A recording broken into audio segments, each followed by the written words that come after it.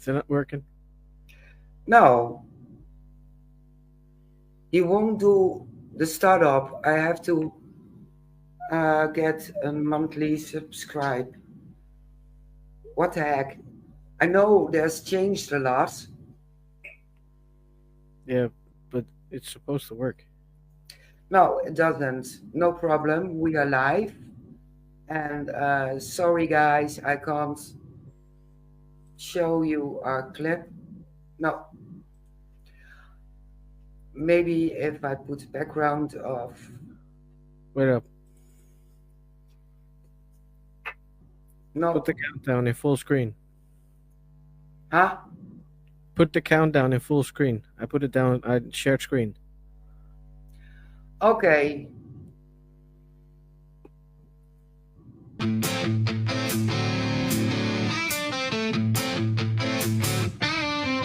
Shadows whisper when the lights go dim. Cold breath crawling on my skin.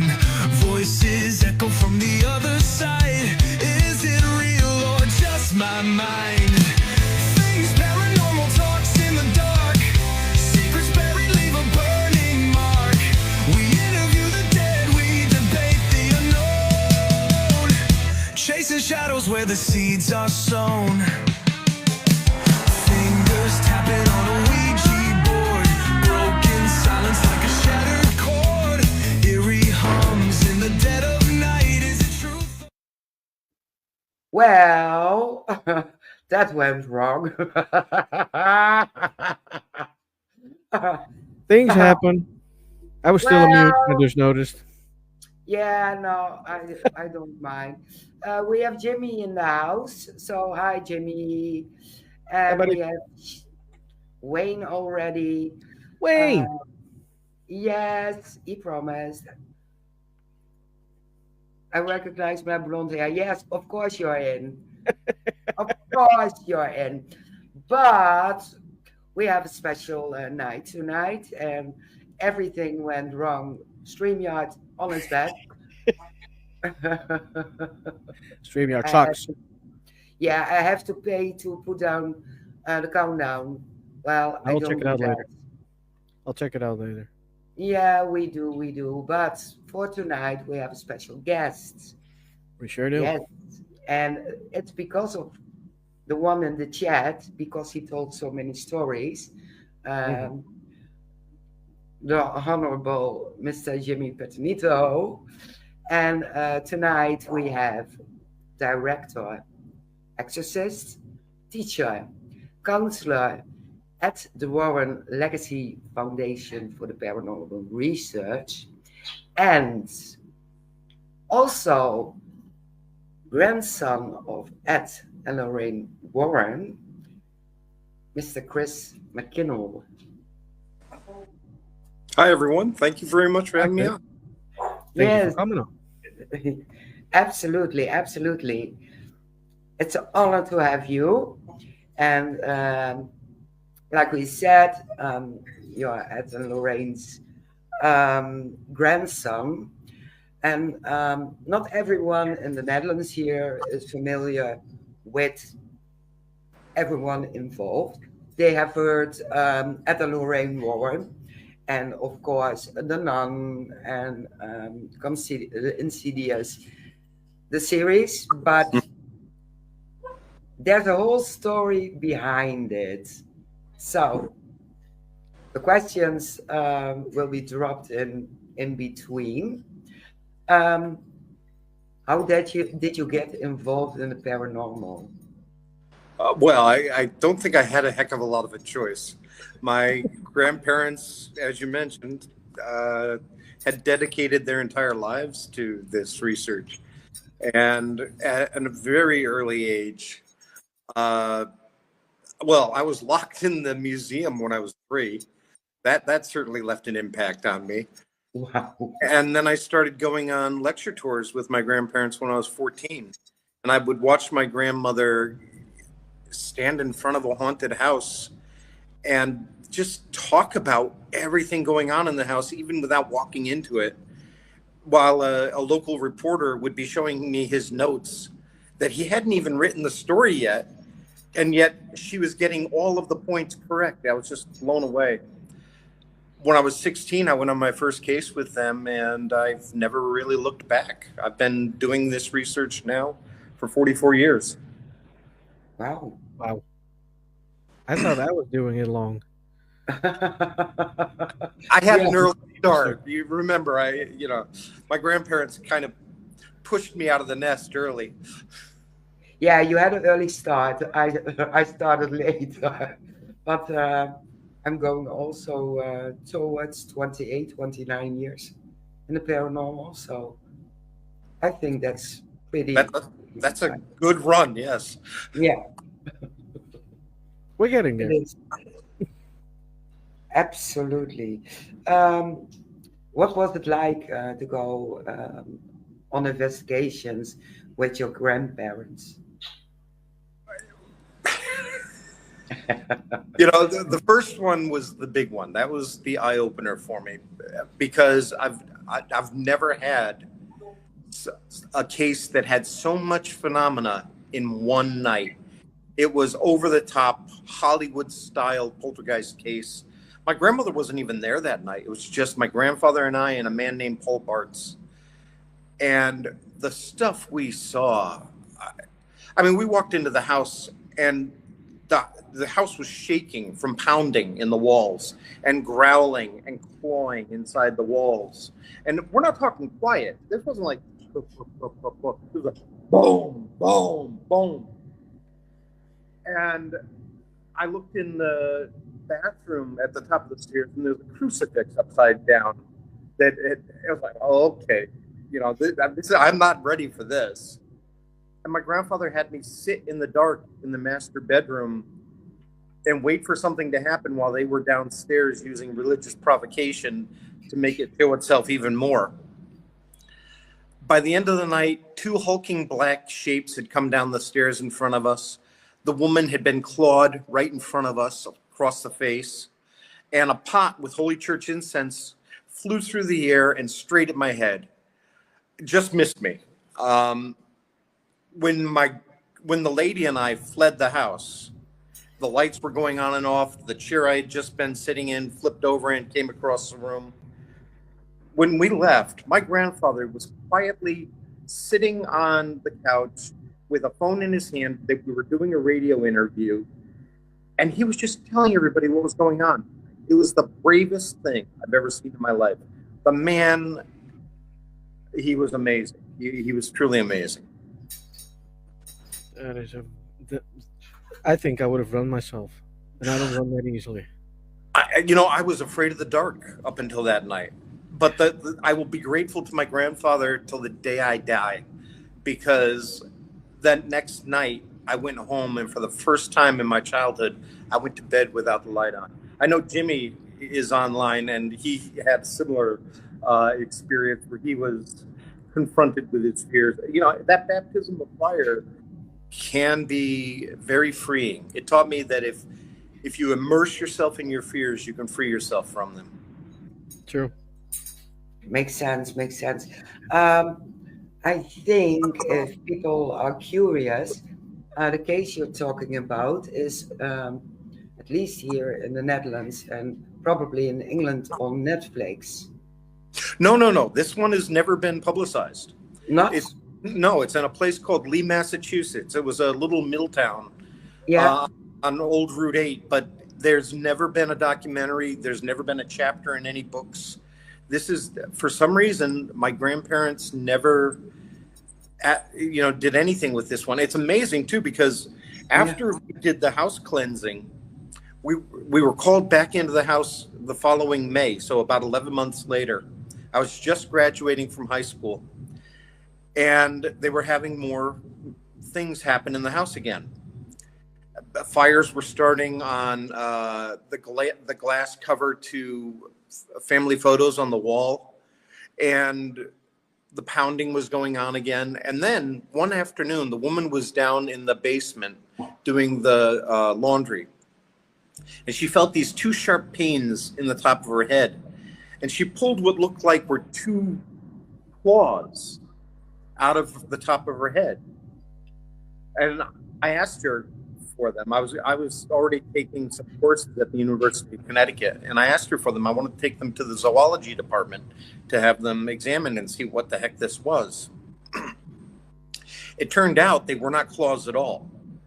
It was the first premolar of a 1 to 2 year old domesticated pig that had been broken in half, and the roots of the tooth that looked like claws had been shoved into her head. Wow. Yeah, it was an amazing case. It really was. Wow. That is wow. Yeah. I've seen And a how old lot. were you in this case? I'm sorry? How old were you in this case? I was 16. Oh my goodness. Yeah. Well, That's a typical 16-year-old. I don't recommend you start bringing your kids Oh no, no. on investigation. It's not the greatest idea. Mm-mm. no. No, I have a 9-year-old and a 6-year-old. They both want to be paranormal investigators. I was like, no, you wait at least 18. At least. At least. Yeah. You still want to do it? I'll take you happily. But no. Yeah. Start small. Don't throw them in with sharks like my grandfather did. No, I don't think my kids will manage that. No. I think I won't even manage that. I've been bitten, I've been slapped, I've been scratched, everything but a tooth broken in two out of no. Yeah, It's that not was like a horror movie. exactly. It doesn't seem real. It blew my mind. But it was. But I've never had another, and I've had cases where I've been levitated over stairs, like the Smurl House. That's the next Conjuring movie. I've been in a bed that flew across the room in another poltergeist case.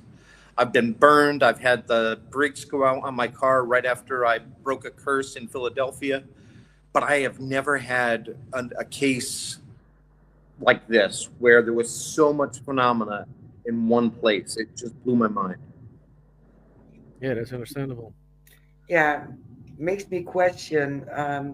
You hear a lot about haunted homes, people are being haunted. Um, I have this idea. It's um, more heavy in the States than here in the area. I haven't heard of those cases around here. You, Shane? Nope. No, Not in this extreme. No. no. You don't hear them much anywhere, honestly. No. This really was out of the ordinary, even in the worst cases in the United States. And remember, the United States is a lot bigger than the Netherlands, so the sampling size makes a difference.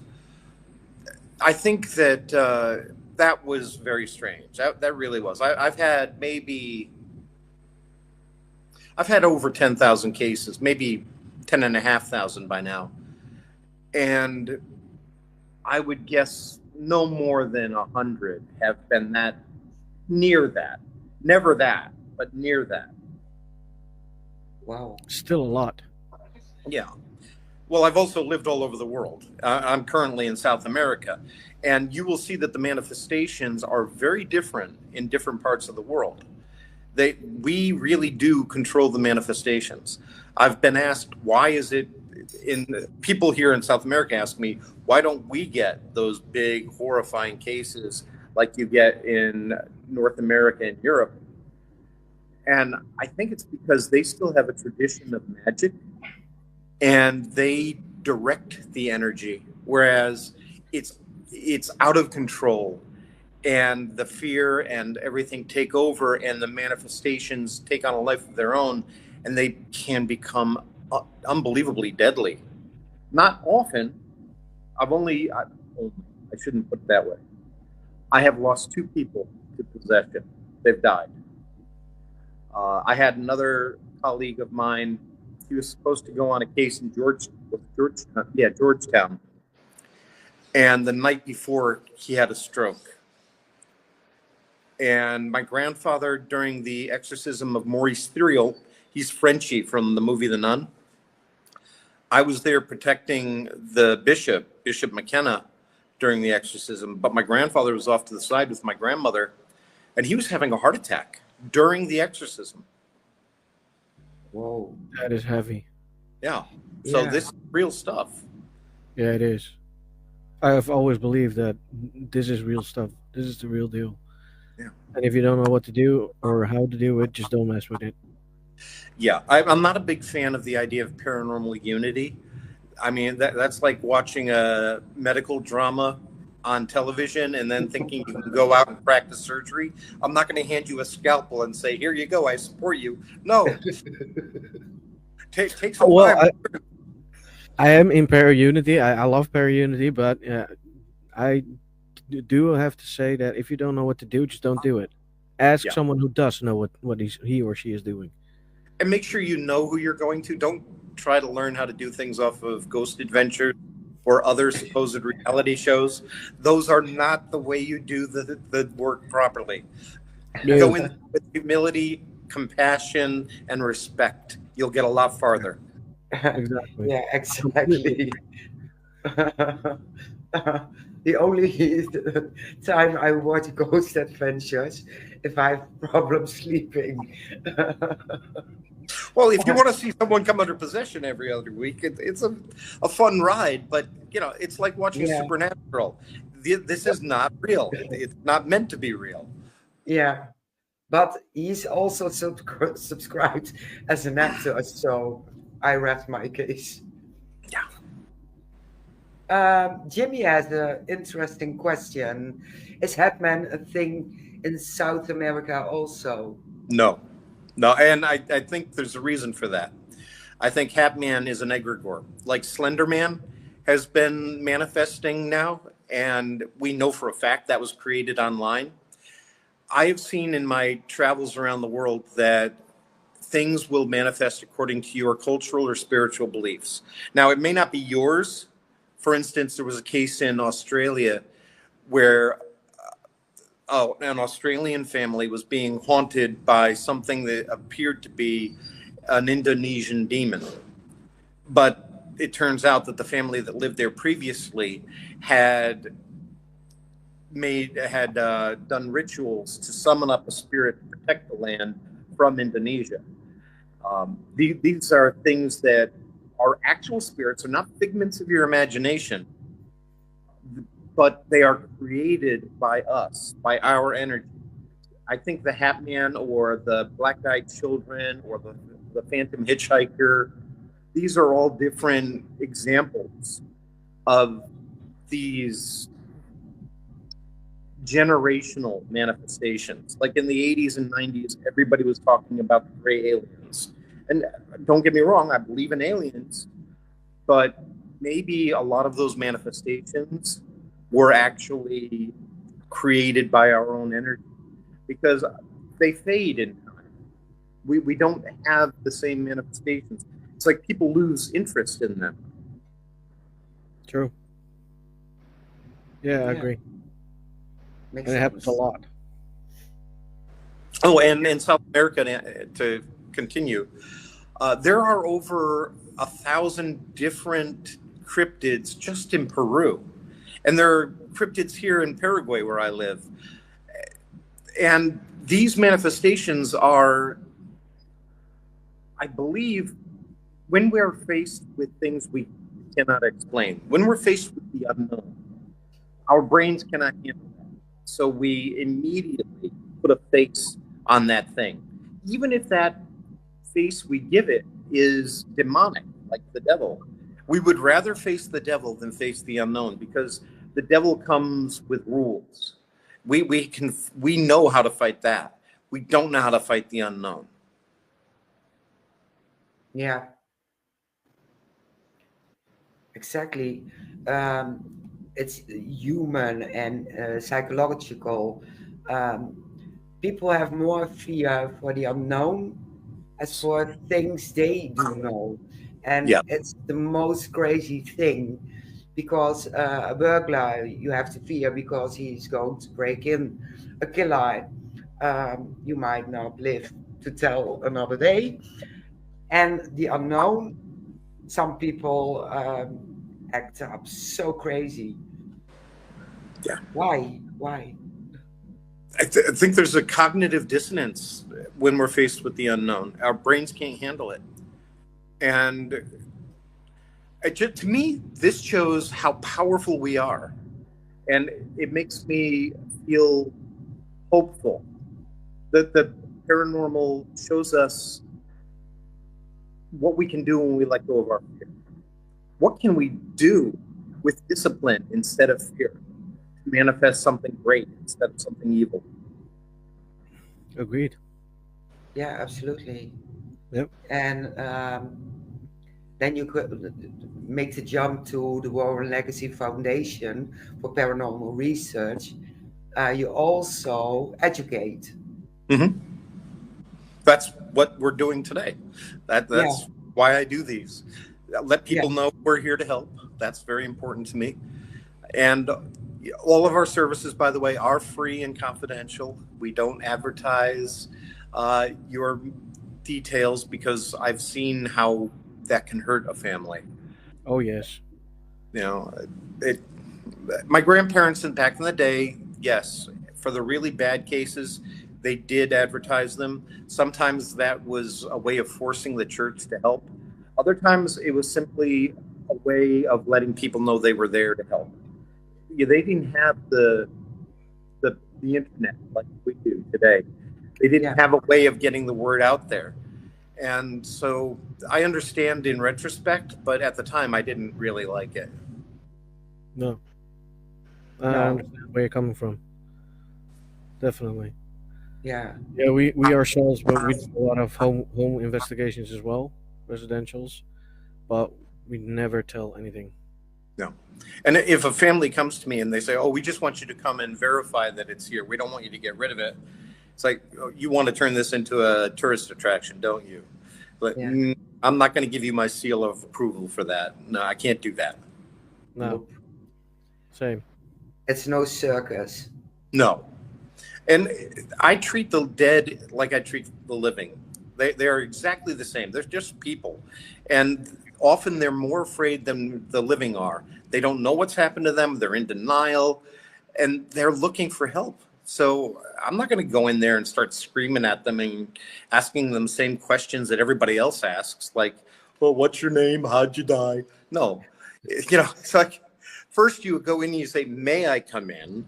May I, I would like to come in and ask that and see if I can help you. And then make it clear you have to set spiritual guidelines. While I'm here to help you, but you cannot follow me home. Once I leave here, we're done. You may not touch me. You may not hurt me. I'm only here to offer my help while I'm here. That's it. And if Yeah, you do that, it's just like talking to a living person. As long as you're not dealing with a jackass, you're going to be fine. Yeah. If you're dealing with a jackass, then you need to do a little more work. yeah, Yeah, I just wanted to ask that question. What happens if the spirit does decide to hit you or touch you, whatever? How do you deal with that? How do I deal with it? I'm pretty forceful. Most of the time, if a spirit is going to attack me, they're not actually attacking. Most of the time, don't get me wrong. I've had like one time, 3 nights in a row, the gas turned on my stove without the flame, filled up the whole house with gas. The next morning, I'm choking because of, breathing in those fumes. They were trying to intimidate me so that I wouldn't go out to their house. I don't think they actually meant me. When I broke that curse and the brakes went out, yes, I think they were trying to hurt me. But I don't feed into it. I don't allow the fear to get to me. When I have been under attack, there's a ritual I use to spiritually cleanse myself, physically and spiritually cleanse myself. And it gets rid of attachments. If you're somebody who's Christian and you've got an attachment, I recommend you go and get rebaptized. Baptism is a minor form of exorcism and it works just fine. You don't have to go through the long procedure that I use. I use a bunch of essential oils and a bottle of rum and anise seeds and coconut milk, and I take a bath in it, and it works. But yeah, you don't have to do that if you can go to your local pastor. Well, it's good for the skin, so Yeah. Yes, I don't why know not? how good that rum is, but It absorbs. Afterwards, you're like, blah, blah, blah, blah, blah. well, I'm a recovering alcoholic, so I stay away from that. That's a very good thing, man. Yeah, it No, is. I have the same ritual, only it's with sea salt, essential oil, and I rub myself in it, and then I'll shower it. Hmm. Good for the skin, and it cleanses everything. Yeah, Exactly. And that's something people need to understand as well. I have found that all rituals can be powerful because a ritual is only there to focus your intention and your faith into a tangible outcome. Every single religion, every single spiritual path I've studied in the world has different ways of dealing with spirit. And that's one of the reasons I travel. There are certain religions that do not have exorcism that's a war. They have a mediation where they talk to the spirit. It's like you're causing harm to this living soul. What is it you're looking for? How do we satisfy you so that you will free this person? And I think that's more effective.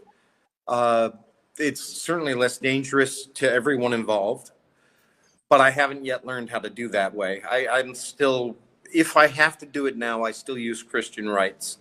Um, and I will say also, possession is incredibly rare. I've only dealt with 12 or so possessions in my entire career. So people who say, oh, I did 300 exorcisms last year, you probably did 300 deliverances, but I bet you didn't do one exorcism. No, it's probably attachments. Yeah. Or just people who, are sex addicts or alcoholics or drug abusers, and you're praying over them, trying to get rid of the demon that's causing that. I'm a big believer in free will, and you're the one that needs to take responsibility for what you're doing in life. You cannot push it off onto something satanic. That's No, you. Work yeah, work on. I've seen even in cases where we have actual possession, there's an underlying issue that makes somebody vulnerable to the paranormal and making it manifest in that way. You can have dozens of families live in the same haunted house and never report any phenomena. But then you have that one perfect family and it's a storm of energy and it all manifests in a horrifying way. That's what we have to look for, is what is it that makes you vulnerable? And then we have to deal with that as well. We have to deal with it holistically. So whether it's domestic violence or drug abuse or mental illness, let's work it all out. My grandmother used to say, I've taken this idea a little farther, of course, because this is a field of research. That's how it works. You don't stay static. But she used to say, clean your home, get rid of all the clutter, fill the home with happiness and light, watch comedies that make you laugh out loud, listen to music that makes you want to sing and dance. That will get rid of half of the problem right there. And that's true. I absolutely 100% agree with that. I tell everybody the same thing. yeah, I agree with that. yeah. I can vouch for it. I Yeah. live on war ground, and I live in this house for nearly 25 years. And during my marriage, my husband was bleep, bleep, bleep, bleep, bleep, bleep, bleep. And my house was really restless. My daughter was attacked, um, pulled her hair, doors. We heard boots, footsteps, German voices. And I moved him out because my cats were allergic, and it came quiet. Yeah. Yeah, I absolutely understand that. I had a case in Surrey in England. where the land had been a POW camp as well as a war hospital. And they had transitory spirits coming and going all the time. And the family, the young man was on the autistic spectrum, and the mother had high anxiety. They were all highly, highly gifted, and they were constantly being troubled by spirits. Yeah. The question pops in if it comes to the autistic. Do you believe that the autistic attracts more spirits? I think they may be the next step in our evolution. They can be incredibly gifted and open to things that we are not. They can concentrate far better than we can. So, yes, I think that maybe attract is the wrong word. I think they are very gifted, and anybody who is more psychic, their aura burns more brightly than a normal person's, and they're like a lighthouse in the darkness for a lost soul. You, I can't tell you how many times somebody will say, I keep moving and the spirit keeps following me. That may be true. Sure, that may be true. But it's also equally likely that you're just constantly attracting them because you're a very empathetic person and they see that and they're reaching out for help. That's why I talk about laying down spiritual guidelines every day out loud. And anytime you're confronted, I think that probably the last time I had somebody interrupt my sleep was about 6 months ago. I was going to a house the next day here in Asuncion, and all of a sudden I get 3 knocks on my bedroom door. It's like, I don't know, 12 or 1 o'clock in the morning. And I just said, no, I am not dealing with you tonight. I'm coming to your house tomorrow. Leave me alone. You do not have my permission to come here. And that was it. Next day, I went there, and it turned out to be the father of the woman in the house. He was concerned because she had an ex-boyfriend who was very violent and threatening, and he was trying to warn her. So yeah, she was so afraid of the phenomena going on in the house, and it turned out to be a beautiful experience with a spirit who was simply there to help. And that's a lesson I like to share with people is your fear can take a beautiful moment and turn it into something terrifying. Often it's our ignorance of what's actually happening that is more terrifying than the reality. It takes a lot to really examine what's going on in a household and figure it out. And we shouldn't rush to judgment. We should be careful about figuring that out. I had to go back to that house twice before I got it completely right. The first time, yeah, I could figure out it was the father, but I thought he was just there to, keep her company because she missed him. It wasn't until the second time I went back that I found out what was really going on. He kept saying danger, danger, danger. And I'm like, I'm not going to tell her she's in danger without knowing why. You have to give me more, Yeah, because if you say that, they're going to be terrified. Exactly. Yeah. Exactly. Yeah, it's the same like when you go or people email you like we have a paranormal problem. It's probably demonic, and then that's something. And I was like, here we go again. Yeah. We always reinsure it's probably nothing demonic. It's probably frustrated. Yeah. And then they're like, no, it's demonic. Okay, we'll come. We'll check it out. And most I have of the one today like that. Yeah. And it almost never, and I don't believe in demons. I'm an exorcist and I don't believe in demons. And I know that'll upset some of the people listening to this. But I do believe in spirits, in human spirits. I just don't believe they are what the stories we tell about them. I know the history of demonology. I've studied it in depth. The very first pamphlet on demonology was commissioned by King James of England. And it was in response to his terror over witchcraft. But when you look at the evolution of Satan, when you look at the origin of the name Lucifer, which, by the way, is not the same as Satan, it referred to a Babylonian king who was falling. You get a better understanding of how humanity needs to tell itself stories to make itself feel good and to give it comfort as to what it's dealing with. I'm very comfortable with the unknown. NASA, and I say this a lot, I apologize, but NASA said there are more living worlds in the universe than grains of sand on Earth. That shows me how ignorant we are. And if you're not comfortable with not knowing, you're going to be a very sad person for the rest of your life.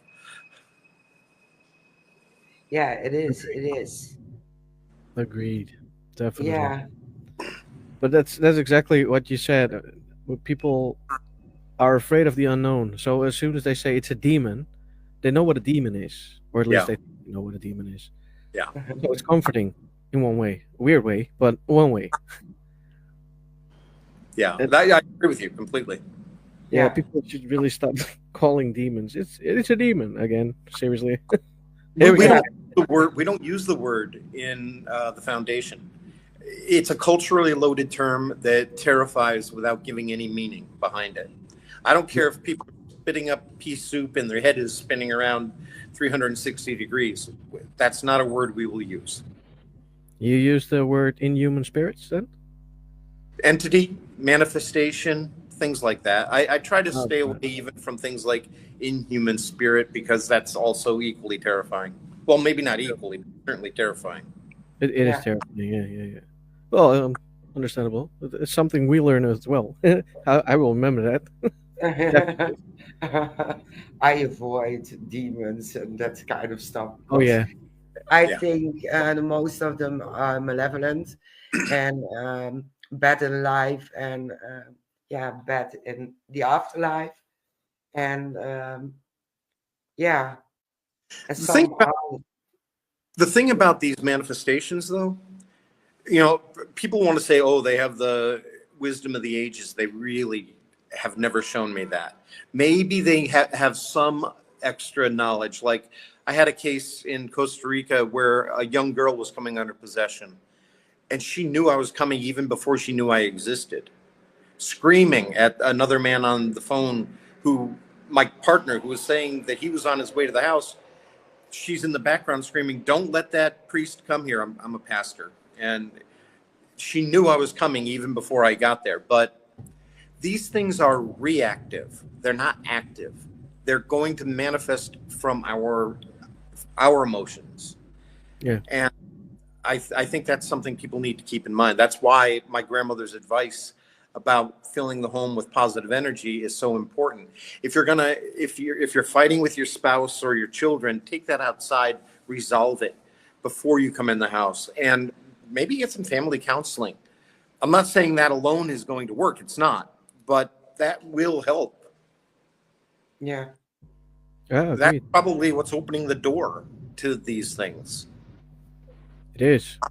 Yeah. Just another question. What's your belief on portals? It's interesting. I'm not a believer, I suppose, in that idea exactly. I'm open-minded about it, but I think the term "we open doors" is accurate. We give invitation. But to say, oh, there's a portal in my basement.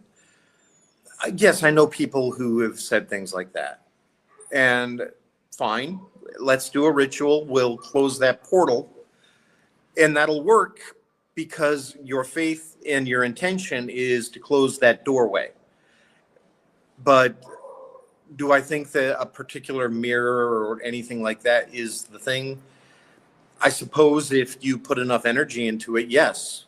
Just like a psychic can use a bowl of water or dowsing rods or anything else to hone their abilities, you can do the same for summoning and for opening doorways. but it isn't necessarily so. It's just the tool you're using to focus. Yeah, agreed. Oh, Yeah. which actually brings up something else. For those of you who think that you have a haunted item, they exist. Negative energy can attach to an item. I am not a collector of these things. And the worst part of my grandparents' legacy is that they ever called that prison of theirs the museum. Yeah. It was never open to the public. It is not that kind of a thing. It's there to protect you from those things. At least it was until the current owners. Um, but if you have a haunted item, take it far from any home, off of any property, dig a hole a foot deep, bury it, and consecrate the ground in whatever way your spiritual path leads you to do it. Holy water, blessed salt, Florida water, whatever you do, and then leave it. Never come back to it. It'll be fine, and you will not be bothered anymore. Do not burn it. Do not destroy it. Do not throw it out. That doesn't work. Completely agree. Yeah. Unless you collect things, then keep it. But that's your problem then. And if you're doing that, learn how to bind it. My grandparents did not know how to bind Annabelle for years. Annabelle sat in a rocking chair for like 5 years before they figured out we have to do something with this stupid doll. And that's why it's in, or was in, the box, the display case. And my grandfather put up a sign saying positively do not open. You know, but unfortunately that's not the case anymore. No, I heard a lot about that. Still Yeah. think it's stupid. Yes,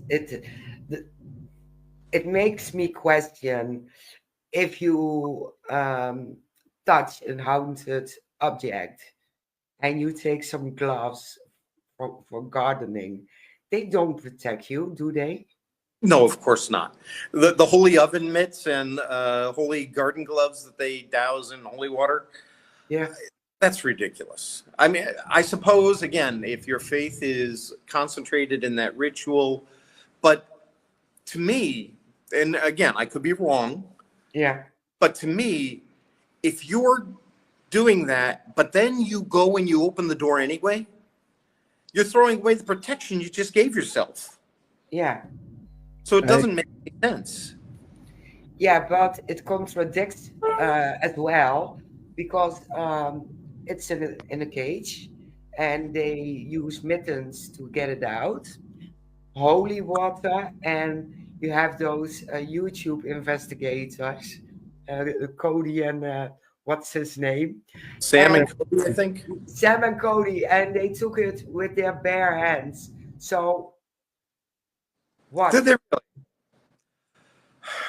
You know, I don't follow the paranormal world. I don't follow the people who think of themselves as celebrities. I'm Yeah. not a celebrity. I'm just a guy trying to help people.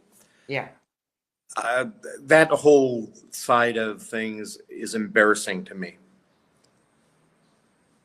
Some do send it to me, and then I'm getting curious. I have to see it. I have to see it. Most of the time, I'm sharing it with Shane. I'm going to hell. I'm going to hell, and laughing about it.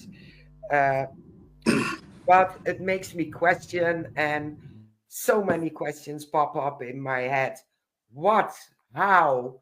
Um, they should be possessed by now. Sam and Cody and If, Zach if it's Bagans the as re- well. if it's the real doll, we Yeah, don't. I know that Tony had a fake doll as well years yeah. ago, and somebody offered. At least the rumor I heard was somebody offered $2 million for the doll. Whoa. I don't think it would be smart to leave that doll in an unprotected art studio in behind an unoccupied house at the end of a dead end. I'm sure that's not.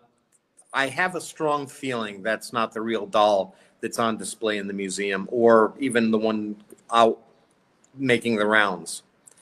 I hope it's not, But at the same time, it really doesn't matter, because if you're a psychologically vulnerable person who believes that the doll is dangerous, it can still cause harm. Yeah, Agreed. yeah. Also a question, how many years does an object stay haunted? Doesn't it decrease? Does the energy get less? Uh, is it fading away for I so think many years?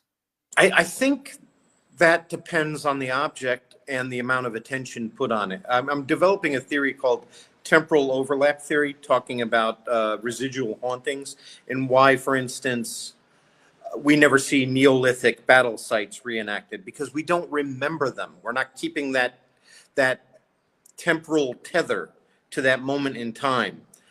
But things like the Tower of London, or perhaps Castle Dungeons, where people go thinking about all the people who were tortured there, and they're connecting and reinforcing that tether.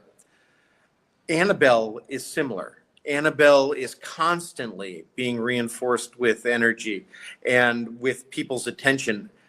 It's insane how many people love this doll or are terrified of it.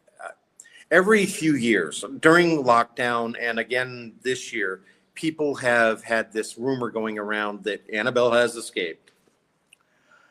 Yeah, And there are certain countries where they take that so seriously, they become panic stricken. Brazil is a good example.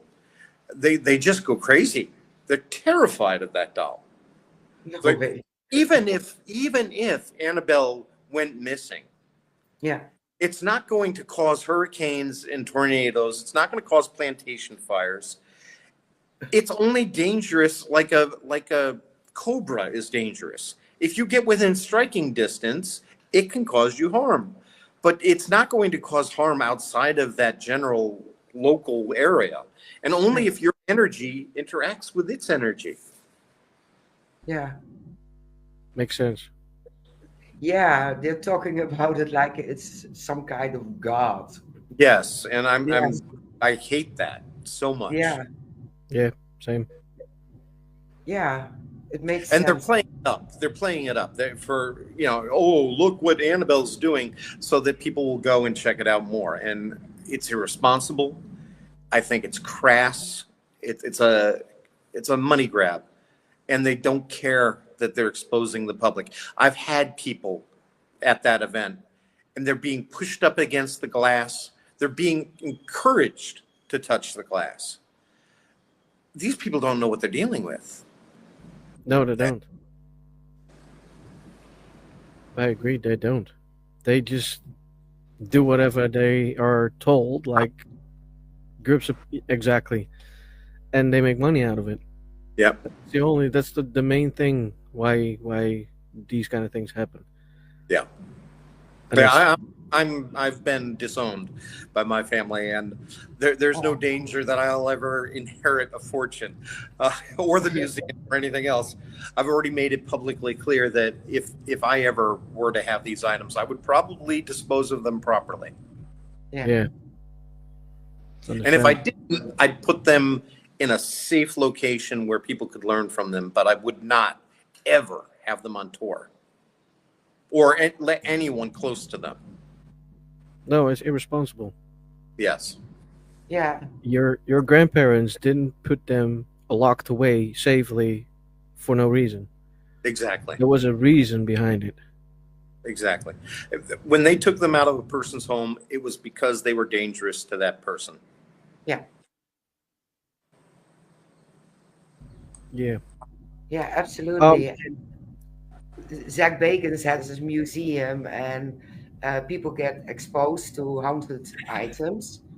But Mr. Savage has also a basement full of haunted objects. You never hear or see anything about it. It's No. kept away safely. John has wanted to have his own haunted museum since we were young men together. Uh, Matter of fact, a lot of the items that he has in there were things that my grandfather gave me and he took. I don't encourage people to collect these things. It's irresponsible. Most of the crap that's online, come on, you can take any broken chair and make a story about it being haunted and sell it for $500. Yeah. It's crap. It's not real. But if you're one of the unlucky ones who actually gets something, why would you want it? Curiosity. I suppose I had a case where a man, there's an entire industry where they sell dolls with spirits attached to them. Yeah. And this man bought a doll so that he could have company at home. And he also had hoped that he could have occasional spiritual sexual relations with it.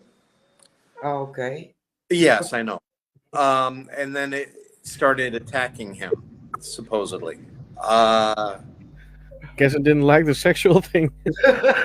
Well, think about it. If there actually were a spirit attached to it, would you want to be sold and made into a sexual plaything for somebody? Nope. No. No, of course not. I would. I mean, I don't think the hell out of you. You know, well, we had another case where a man thought he had a possessed penis. No. Oh my god! I thought we had people here in Europe. Well, actually, I believe that man was in Europe somewhere. Oh my God. Not the Don't get me wrong. Netherlands. I think most women would agree that men are controlled by their penises, but this man took it a little farther. Oh my goodness! No. I'm going to hell for laughing so hard. Please tell me you didn't do anything with that case. I consider myself a paranormal social worker. I try to get people the help they need, even if that help is mental health help. I hope it was just mental help and you didn't exercise anything. Because that would have... No. Out, deep and out, no.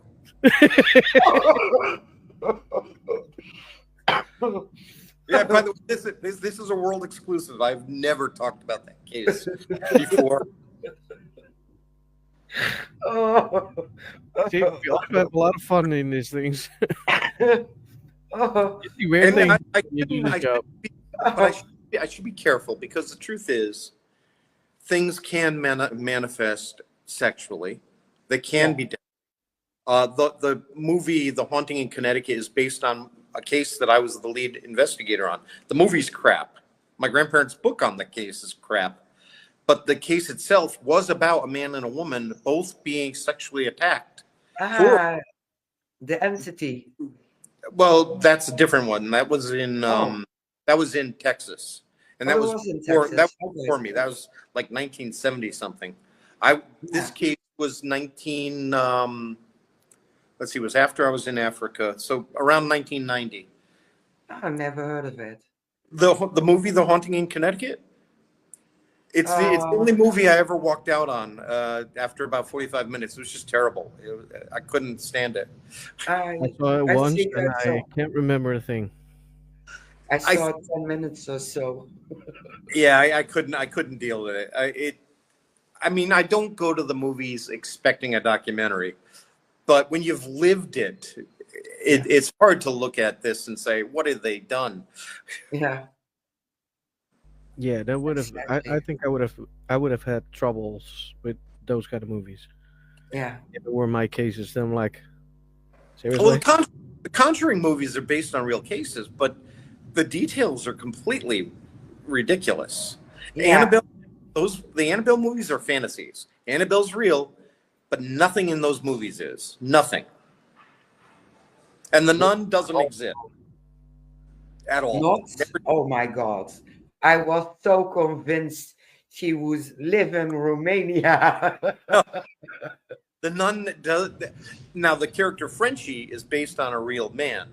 Yeah. Maurice Theriault. but and I worked on that case as well. But nothing about him is reflected in the character Frenchie. Is there this bit of reality in the Conjuring movies? Oh yeah, that's about the right amount. Uh, yeah. Yeah, they For make instance, it's my movie. favorite part. Well, yeah, no, the first one's pretty good. The second one I thought was awful. My grandparents were in the Amityville house one day.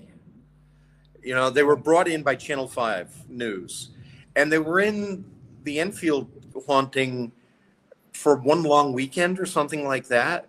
Yeah. Not long at all. That wasn't their case. It was Maurice Grossman's case.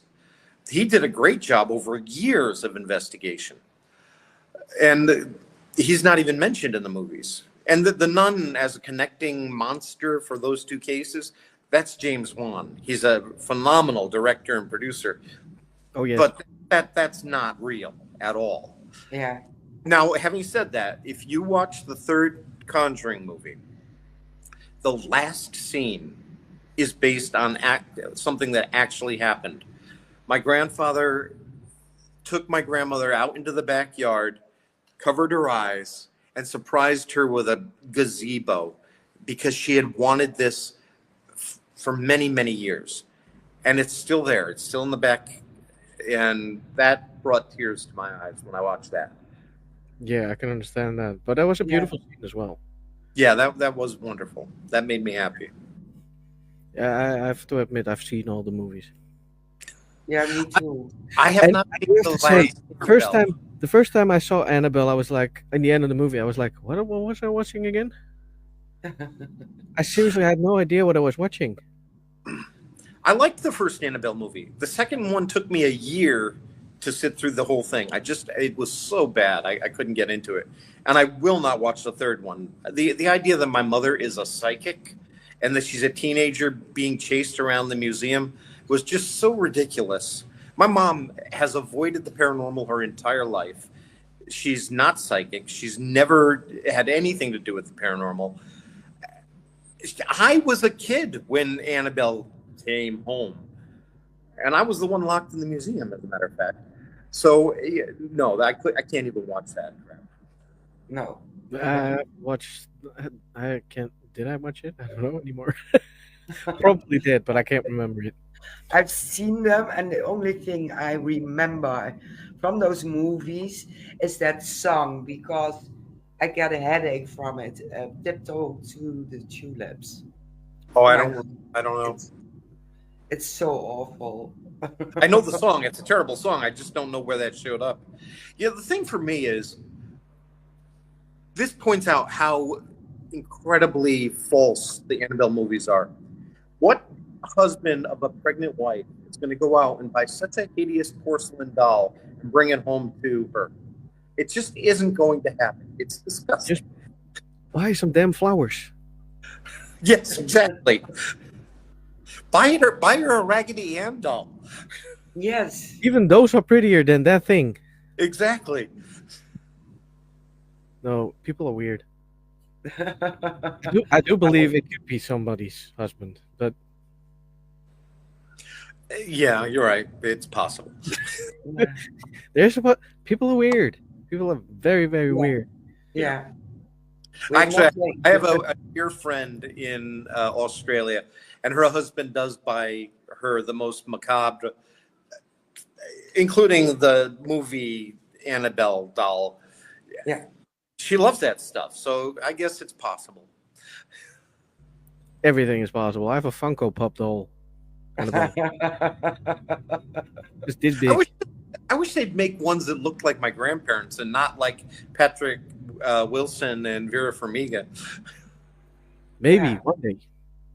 You can order them, I think, custom made, but they are expensive. Yeah, I travel too much. I can't afford to be carting things around. No. Well, those small dolls, they're not that big. No, I know, but you have to understand, everything I own is in a suitcase. Ah, I live like a monk. I really don't carry much with me. You don't need Okay. much. You don't need much to be No, happy. No. No. no. I'm the richest man in the world because I know the only thing I can take with me when I die is the love in my life and my experiences. And I've had some of the most wonderful experiences anybody could ever hope for. Yeah, absolutely. Well, you told us a very nice and laughable story about those haunted penis. do, do we have another juicy example from an investigation? I have many stories that are similar, but I don't want to, just on the off chance that somebody might be listening, I don't Ah, want to expose them. Um, the truth is, even if I'm dealing with somebody who's a paranoid schizophrenic, it doesn't mean that they don't have something paranormal going on. It makes it more likely there's something paranormal going on. yeah, And I want to be there to help them. I would never hear somebody say, oh, yes, I've been diagnosed bipolar. And I say, oh, well, that's your problem. Go take care of that instead. No, half my job is diagnosing the problem. And yeah. that takes a lot of effort. Agreed. Definitely. We always laugh about it later. Exactly. Something like that. Your case happens. I'll laugh about it later. I'll take it seriously Yeah. Yeah, to help. And believe me, there are others I'm thinking of right now that I've certainly laughed about, but I would be terrified that somebody would hear it and recognize themselves. Understandable. well, if Can we you are maybe telling, tell us about the most beautiful case you ever had? yes, Oh, boy, there's so many actually. I mean, just my grandmother visiting me many times. That's always a beautiful thing. She saved my life. I'm a very, this is going to sound strange. I believe in the phenomena. I just don't believe in the superstitions behind the phenomena. And I have a hard time believing in magic. I know it exists, but for me, it has to be something I put as quantum physics. It's directed energy. And I was under attack almost 2 years ago now here in Paraguay by some two different magic users that I had upset. And I didn't want to believe it. And I was electrocuted, thrown across the room. I had bruises the size of my palms all over my body one morning. Just I looked like a leopard. I couldn't walk. Things were breaking in the house. My daughter and I were not getting along, and that's weird. And I just did not want to believe it was anything other than bad luck and natural occurrences. And then my grandmother showed up to 4 different psychics on the same Wednesday night and said, Christopher's under attack. He needs to take care of it immediately. And next morning, I wake up to 4 messages from women who didn't even know each other. And I was like, all right, I'm going to take this seriously. But the most beautiful, I would have to say, this one will make me tear up. 17 years ago, I was engaged to a wonderful woman named Diana. And the Sunday before Thanksgiving, she was diagnosed with cancer. By January 11th, so two months later, she was gone. Less than 2 months later. And it was hard. It was really, of course, very difficult as she was going through that. She wanted to be with her mother. She didn't want to be with me. There was a lot of stress. We had bought a house together. She'd never got the chance to live in. And one night I woke up. I was alone in the house. It was pitch black. And I heard heavy footsteps coming down the hallway. And I recognized the footsteps. She was a big woman. And I recognized it was her. And when I opened my eyes, there was a mirror on the back of the bedroom door. And even though it was pitch black, I could see her propped up on one elbow, behind me in bed with a smile on her face, looking down at me. And this doesn't make sense. I closed my eyes immediately because I didn't want to see her leave again. And she got right in front of me and she said, audibly said, as clear as day, "I love you." And then she physically kissed me on the lips. And then she was gone. She needed to make sure I knew before she was able to pass over. And to me, it's an important lesson for people. Death is an important part of life. It's necessary. It gives immediacy to life. It gives us a reason to have empathy and compassion for others. I mean, if you never had to worry about dying, why should I care about the person who's lying in the gutter? They're going to be fine. Eventually, they'll pick themselves up and they'll move on again. But death teaches us, no, you need to love now. Yeah. But it also teaches us experiences like the one I just had, or I had. That teaches me that love continues even after death.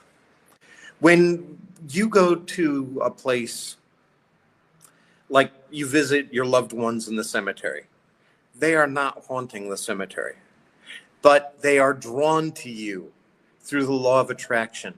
When you have a family gathering for a wedding, a funeral, a birth, a holiday, that's when we're remembering them.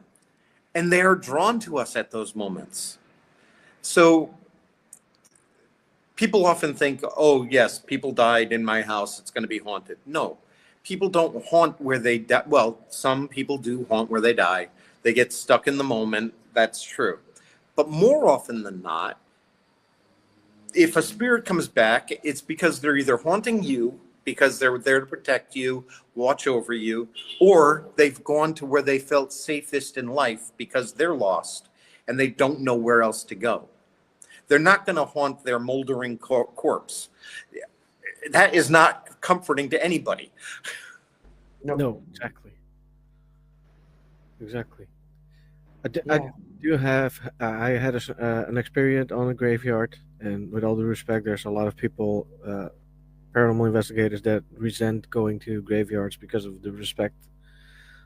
I did go, but with all due respect, uh, plus the fact there was a child's grave from a friend of mine who lost their child half a year before that, so I went there to lay down a toy.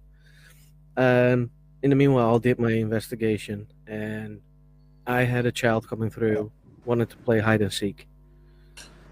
And I was like, okay, I'll play, no problem.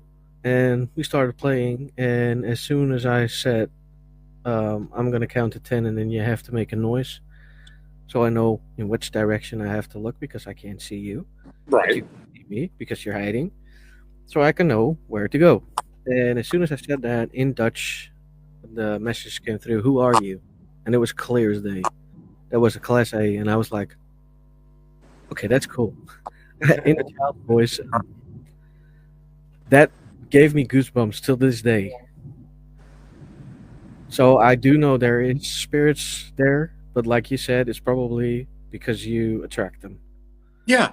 I mean, you go there and you see John Smith on the grave. You're thinking about John Smith, and oh, who was he? And yeah, you're going to attract them. Yeah. Yeah, exactly. It's not because they're still there with unfinished business. It's because, No. like you said, Yeah. Although I did, just for an example. Now this is going to be interesting. Um, Raise your hand if you've ever spent the night in a haunted brothel with a bishop. I was in Bogota, in Colombia, with a friend of mine who's a bishop. It was his birthday, and now the brothel was closed down. I will say that, but we went there with a government liaison. This was formerly a very famous strip club. Narcos and crooked politicians would hang out there. And whenever I have to go in, to use my abilities, and I never was comfortable doing that. I cannot know anything. I have to go in there completely blind. Otherwise, I don't trust anything that's coming. But I was in one of these little private booths where they used to have their dances. And I started feeling lightheaded and like, what the hell's wrong with me? And I realized I feel like I'm on drugs. And one of my colleagues brought in her spirit box. And you know how they work. You know, you're cycling through radio stations. And this is Bogota, so everything should be in Spanish. And I'm speaking in Spanish to this spirit, and I'm realizing I'm feeling somebody who probably died while they were on drugs. And I got the sense that this was a young girl who had been a dancer. She had died there. She came and went. You know, she wasn't stuck. She wasn't earthbound. And she was very, very happy. But as I'm talking to her in Spanish, the answers are coming through the spirit box in English, clear as day. I was like, all right, now we're dealing with something a little more intelligent. Personally, I'm not a fan of spirit boxes. I like the Estes method because it takes that human element out of it and pareidolia out of it. I think it's more effective. Yeah, I agree. Plus the fact that you get in a state of trance, which makes your senses go very wide. So Yeah. you only focus on that part. My That is- grandmother was a light trance medium, and I'm the same way. If I'm actually in communication, I will not remember most of the things afterward. People have to tell me. I don't carry those memories with me. So whenever I give a reading to someone, and I don't do it often, I have no idea what I've shared. I can give you a general idea. Like there was a man who his parents contacted me from Australia a few months ago. And my first question was, did he kill himself? Because that's what I got. And they said, yes. I said, okay. And then I came up with this weird name. I honestly, I don't remember the name now. And they said, oh my God, that was the name of his machine that he used in the mine where he worked. It was some kind of truck or something. And I said, okay, well then I know I'm talking to him. And so it was actually a life affirming message. And he did pass over afterward, but it was something that his family needed to hear. Yeah, it's usually that. Yeah. I noticed. Well, Yeah, that's to amazing. give them closure. I'm sorry? To give them closure. Some Yes. need it. Suicides are the saddest cases I deal with, because we in Christianity we teach you're going to go to hell for killing yourself. And imagine a person who is so desperate to end it all, and yet then they're still there, and they're seeing the pain that they've caused. They're terrified to pass over. I've had cases where I've had to basically have counseling sessions to help them to pass over. And that's very rewarding, but it is heartbreaking as well. Yeah, understandably. Yeah. Yeah, if you thought you go to hell if you commit suicide, why should you move on? Yeah, I don't believe in that either. I mean, if you look at the idea, that's more from the medieval ages and Dante's Inferno and so forth, that we have ingrained in our minds now. I believe, though, that there are souls who are so black that they can't get close to the light of God. It's uncomfortable and they're terrified of it. And they can be lost in the darkness and they can create their own hell. I believe in that. Yeah. Yeah, I agree. But that's exactly what you said, like with the manifestations. If you believe firmly, it will happen. Yeah. Wow. It's Unfortunately. scary if you think about it. It is. Yeah. And a hell of a job to convince them to move on. It is. Yes. Yeah. It took, actually, in the one case I'm thinking of, it was in Costa Rica in the mountains above San Jose.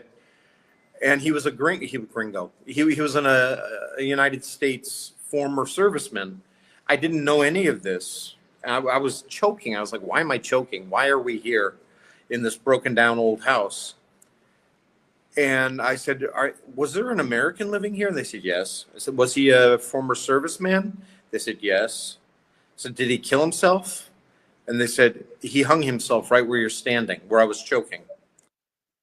And so the rest of the team, most of the team anyway, pull out all their gadgets. I don't use any gadgets. And they're trying to get readings. But I was working actually with a team that had flown down from Mexico to meet me. And one of the ladies and I started going up the stairs. And he liked her. He didn't want to deal with me. He's like, no, I'm happy here. I don't want to move on. But I knew that wasn't really true. And he liked her, so he went with her, and we talked to him for about 30 minutes and eventually convinced him that he would be safe and he wasn't going to go to hell. He had killed his 2 dogs before he killed himself. And he was afraid that he would go to hell for that as well. Wow. Yeah. Wow. Very sad. Yeah, it is. But at the end, he did pass over, and the young woman who I was with was crying. She was so overwhelmed by the messages she was receiving. Yeah, I can understand that in a way. Yeah. Absolutely, absolutely.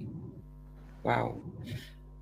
Well, I see we are at the end of our time. For listeners and viewers, if they want to learn more about you, where can they find you? Well, they can go to warrenlegacyfoundation.com if they need any help or if they are interested in joining the foundation. We are very careful about who joins the foundation. Our clients always come first, always. And you can also find me on Instagram, TikTok, Facebook. If you have a problem, reach out to me. I'm happy to help. If you're interested in learning more, I'm now offering monthly Zoom sessions. We just did a presentation this past Sunday, which was very, very successful, very popular. And it made me realize, yeah, this is something we should be doing more of. I think it's valuable. The original presentation, which we'll do each month, is like a Psych 101 course, where we're giving you in-depth introduction to a lot of different topics using terrifying and beautiful stories to illustrate the lessons. But I see this as expanding, and maybe some presentations will be all story and others will be much more instructional. I think that this could be something useful for a lot of people. So if they're interested in that, they can reach out to me for more information as well. Very cool. Yes, it is. It is. Well, if I'm correct, I did share out the link to the society so people can look into it. Press the link and you will end up at the website. And we do at Warren Files for Instagram. It's there under my name or with my name. Yeah, it is. I know.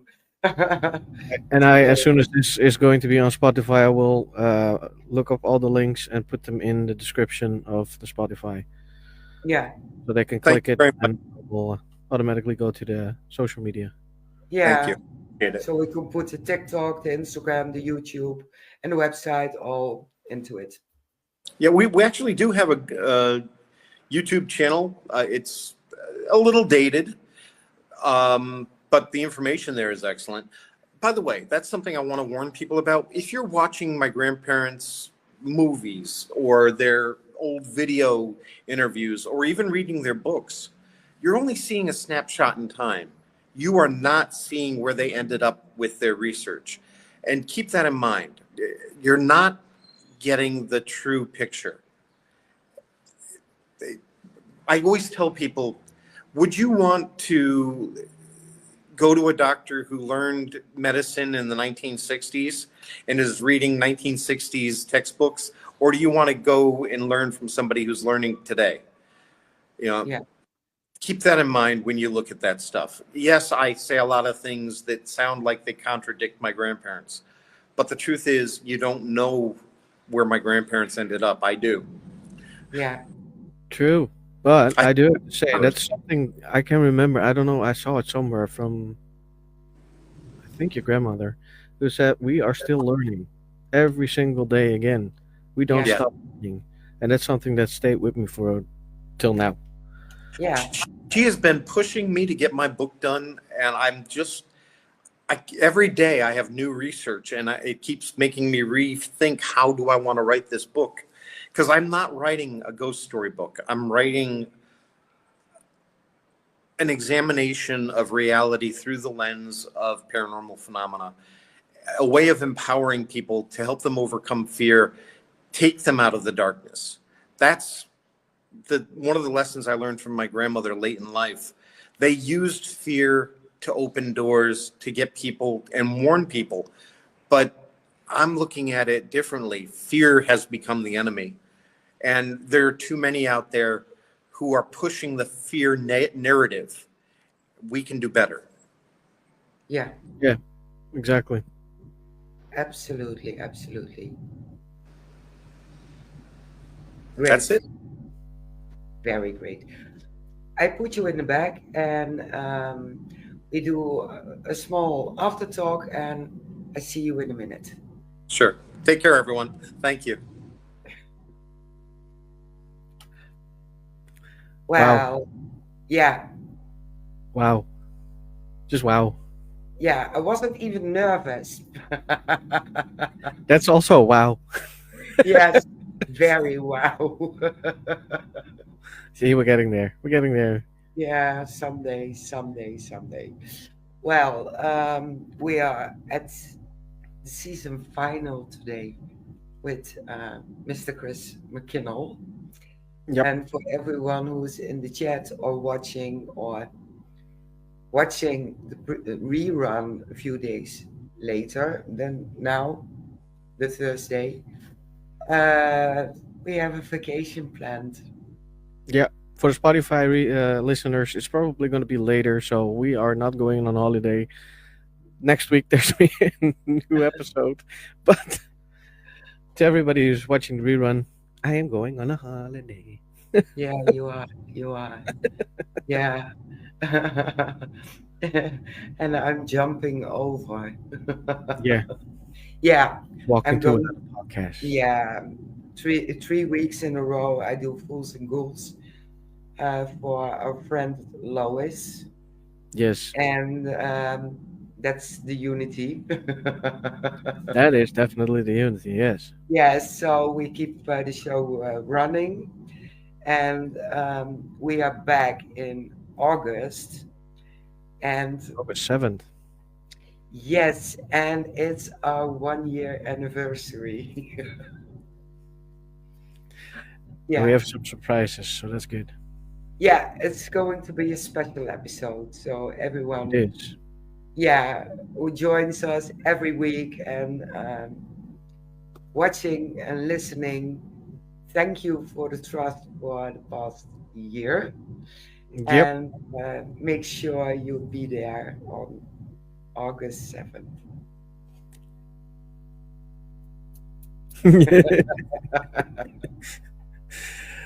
Yeah. Thanks everybody for watching, and we will see you in 2.5 weeks. I think Yeah, it is 2.5 weeks. Yes. 2.5 weeks. Okay. Bye bye. Bye bye. Microwave, Wayne. Microwave.